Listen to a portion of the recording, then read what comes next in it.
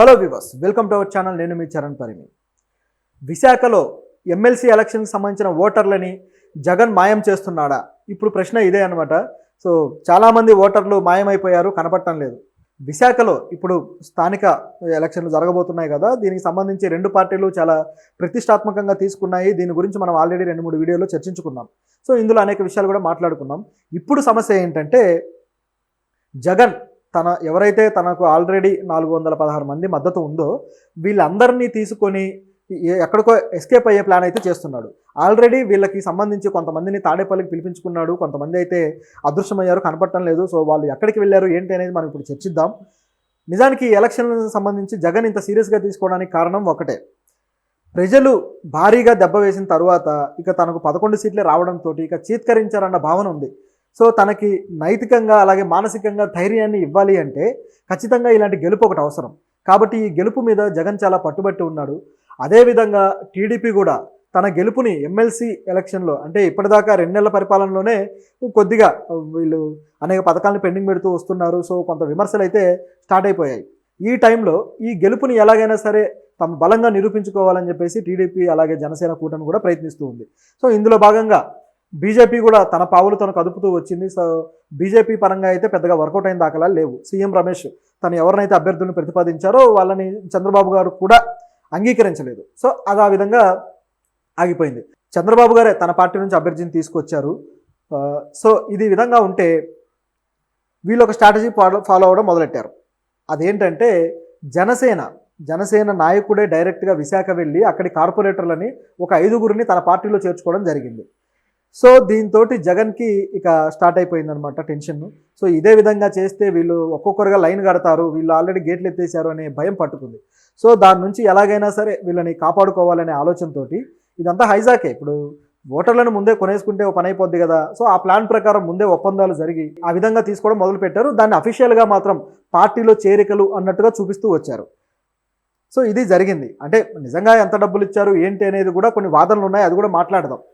అయితే ఈ విధంగా జరిగింది. సో నెక్స్ట్ వచ్చేసి ఇలాగే అనేక మంది కార్పొరేటర్లు, జెడ్పీటీసీలు, ఎంపీటీసీలు, కౌన్సిలర్లు వీళ్ళందరినీ ఇటు లాక్కునే అవకాశం ఉంది కదా. దీని గురించి ఆలోచించి జగన్ ఏం చేశాడంటే వీళ్ళల్లో అనేక మందిని దక్షిణ భారతదేశ యాత్రకు పంపించే ప్రోగ్రాం పెట్టుకున్నాడు. అంటే ఇక్కడ నుంచి వీళ్ళని తీసుకెళ్ళిపోయి ఇక ఎలక్షన్ రోజు వరకు వీళ్ళు కనపడరు అనమాట. దాదాపు ఇది కిడ్నాప్ లాంటిది. సో అలాంటి ప్లాన్ అయితే ఒకటి వేశాడు. సో ఇది కొంతమందిని అరకు అలాగే పాడేరు నియోజకవర్గాలకు సంబంధించిన ప్రతినిధులని వాళ్ళ కుటుంబాలతో సహా దక్షిణ భారతదేశ యాత్రకి వాళ్ళకు ఏర్పాటు చేశాడనమాట. సో వీళ్ళు ఆల్రెడీ చాలామంది బెంగళూరు వెళ్ళిపోయారు. సో బెంగళూరు యాత్ర అటు నుంచి అటు కేరళ అన్ని తమిళనాడు అన్ని కొట్టేసుకుంటూ వస్తారేమో. సో ఈ నెల రోజులు గడిచిపోతాయి ఈ లోపు. ఇట్లాంటి ప్లాన్ ఒకటి వేశాడు. దీంతోపాటు ఆ తర్వాత కూడా పాయకరావుపేట, పెందుర్తి, నర్సీపట్నం ఈ నియోజకవర్గాలకు సంబంధించిన ప్రతినిధులను కూడా తాడేపల్లి కార్యాలయానికి పిలుచుకున్నారనమాట. సో వీళ్ళు ఇప్పుడు అక్కడే ఉన్నారు. సో వీళ్ళకు కూడా కొన్ని బేరాలు జరుగుతున్నాయి. వీళ్ళని ఎందుకు పిలిచారు అని చూస్తే వీళ్ళల్లో కొంతమంది డబ్బులకి, అంటే అటువైపు వాళ్ళు ప్రలోభాలు పెడుతూ ఉంటే డబ్బుల రూపంలో వాటికి లొంగిపోతారేమన్న భయంతో తీసుకొని వచ్చారనమాట. వీళ్ళకి ఇప్పుడు కౌన్సిలింగ్ ఇస్తున్నారు. సో మీరు వెళ్ళొద్దు, ఎలాగైనా ఉండండి, పార్టీని నమ్ముకొని ఉండండి అని చెప్పేసి. దానికి ఎగ్జాంపుల్స్గా కూడా గతంలో జరిగిన సంఘటనలన్నింటిని కూడా ఏకరువు పెట్టారు. ఇప్పుడు నిజానికి వీళ్ళకి పార్టీలో జాయిన్ అవ్వడం కోసం, అంటే అవతల పార్టీలోకి వెళ్ళడం కోసం ఆ పార్టీ వాళ్ళు 5 నుంచి 10 లక్షల రూపాయల వరకు ఆఫర్ చేస్తున్నారు అనేది న్యూస్. సో మీరు దీనికి మోసపోవద్దు, 5 నుంచి 10 లక్షలు అంటారు, కేవలం అడ్వాన్సులు ఇస్తారు, కానీ తర్వాత మీరు జాయిన్ అయిన తర్వాత మీకు రూపాయి కూడా ఇవ్వరు. సో మిమ్మల్ని అలా మోసం చేస్తారు అని చెప్పేసి ఈయన చెప్పడం జరిగింది. జగన్ వాళ్ళందరికీ కూడా మోటివేట్ చేస్తూ ఈ విధంగా చెప్పాడు. అయితే గతంలో కూడా ఇదే విధంగా జరిగింది అని చెప్పేసి జగన్ తన ఎక్స్పీరియన్స్ని పంచుకున్నాడు అనమాట. గత ఎలక్షన్లో కూడా 2014 ఎలక్షన్స్లో కూడా ఇదే విధంగా తన వైపు గెలిచిన అనేక మంది ఎమ్మెల్యేలు, దాదాపు 23 మంది ఎమ్మెల్యేలని కొనడానికి దాదాపు 20 లక్షల రూపాయలకు బేరానికి, ఒక్కొక్కరికి 20 లక్షల రూపాయలకు బేరం మాట్లాడారు.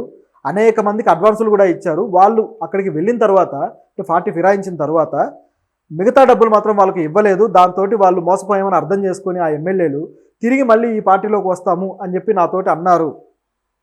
అయితే నేను నైతిక విలువలకు కట్టుబడి రాజకీయం నిజాయితీగా చేయాలన్న ఉద్దేశంతో నేను వాళ్ళను రావద్దని చెప్పాను. సో ఆ విధంగా వాళ్ళు ఆ పార్టీలో కూడా ప్రాధాన్యత కోల్పోయారు. చివరికి వాళ్ళకు రాజకీయ భవిష్యత్తే లేకుండా పోయింది అని చెప్పేసి జగన్ వీళ్ళందరికీ చెప్పాడనమాట.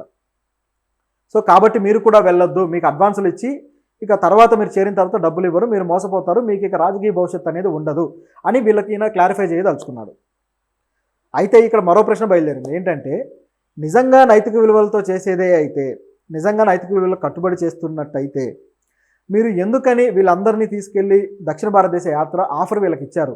ఇదేమన్నా టూరిజం సంస్థ వైసీపీ అనేది కాదు కదా. మరి దక్షిణ భారతదేశ యాత్రకు మీరు ఎందుకు వీళ్ళకి ఆఫర్ ఇచ్చి అక్కడ తిప్పుతున్నారు అనేది ఒక ప్రశ్న. దీంతోపాటు మీరు ఏ ప్రలోభాలు పెట్టకపోతే వీళ్ళు ఎలా నిలబడతారు అనేది ఇంకో ప్రశ్న. ఎందుకంటే ప్రభుత్వం ఆల్రెడీ ఉన్నది, బలమైన ప్రభుత్వం, వాళ్ళే పరిపాలిస్తున్నారు. సో ఈ కౌన్సిలర్లు కావచ్చు, వీళ్ళందరికీ ప్రభుత్వంతో పని ఉంటుంది, కార్పొరేటర్లు కానీ. సో వీళ్ళు ప్రభుత్వం దగ్గరికి వెళ్ళక తప్పని పరిస్థితి ఆల్రెడీ ఇక్కడ క్రియేట్ అయిపోయింది. వీళ్ళని ఆపాలి అంటే ప్రభుత్వం ఆల్రెడీ వీళ్ళు కూటమి ఏదైతే ఉందో కూటమి ఏదైతే ఉందో వీళ్ళు ఆల్రెడీ 5 నుంచి 10 లక్షల వరకు ఇస్తామంటున్నారు కదా. సో దానికి ఆశపడకుండా వీళ్ళు ఉండాలి అంటే వీళ్ళు ఎంతో కొంత ఖర్చు పెట్టాల్సిన అవసరం ఉంది కదా. సో వీళ్ళని గెస్ట్ హౌస్ల్లోనో ఫామ్ హౌస్ల్లోనో పెట్టి వీళ్ళకు ఏదో ఒక విధమైన ఆఫర్ ఇస్తేనే కదా వీళ్ళు ఆగేది. సో మీరెంత ఖర్చు పెట్టబోతున్నారు అనేది మరో ప్రశ్న. పేరుకి పైన నైతిక విలువలను కనిపిస్తూ ఉన్నా వీళ్ళు ఖర్చు పెట్టకపోతే వీళ్ళు నిలబడే అవకాశం ఉందా? ఏది ఆశ చూపితే నిలబడతారు? సో ఈ నైతిక విలువ అనేది ఒట్టి డమ్మీ డైలాగే. ఎందుకంటే మనం గతంలోనే మాట్లాడుకున్నాం, ఫామ్ హౌస్ రాజకీయాలు దీంట్లో మొదలవబోతున్నాయి. ఒక్కసారిగా ఇది మొదలైందంటే ఎవరు ఎటువైపు వెళ్తారో తెలియదు, మొత్తం ఉన్న సమీకరణాలన్నీ మారిపోవచ్చు అని చెప్పేసి నేను గత వీడియోలో కూడా చెప్పాను. ఇప్పుడు ఆ ఫామ్ హౌస్ రాజకీయం స్టార్ట్ అయిపోయింది. సో ఈ మరికొంతమందిని కూడా ఈ తాడేపల్లికి పిలిచే అవకాశం ఉంది. వీళ్ళు కూడా కనపడకుండా పోయే అవకాశం అయితే చాలా ఉంది. అయితే గతంలో చంద్రబాబు ఓడిపోయిన తర్వాత కూడా అక్కడి నుంచి కూడా కొంతమంది ఎమ్మెల్యేలు ఇటువైపు లాక్కున్న పరిస్థితి ఉంది కదా. సో అటు నుంచి వెళ్తుంటారు, ఇటు నుంచి వెళ్తుంటారు. ఫిరాయింపులు అనేవి కామన్గా జరిగేవే. సో నేనేదో నిజాయితీ కలిగిన రాజకీయం చేశాను అని వీళ్ళు అనొచ్చు, కానీ అది అంత పూర్తి స్థాయి వాస్తవం కూడా కాదు. అయితే జగన్కి మొదటిసారి ఓడిపోయినప్పుడు దెబ్బ పడింది మాత్రం వాస్తవమే. నిజానికి ఈయన పార్టీలోకి చంద్రబాబు గారే కొంతమంది తన పార్టీ నుంచి కోవర్టులను ఇటువైపు పంపించి గెలిపించుకొని అటువైపు తీసుకున్న సందర్భాలు ఉన్నాయి. నిజానికి గతంలో మా నియోజకవర్గమే చూసుకుంటే అందులో వైఎస్ఆర్సీపీ నుంచి గెలిచిన ఒక వ్యక్తి డేవిడ్ రాజు, ఆయన ఆ తరువాత ఇమీడియట్గా టీడీపీలోకి షిఫ్ట్ అయిపోయాడు.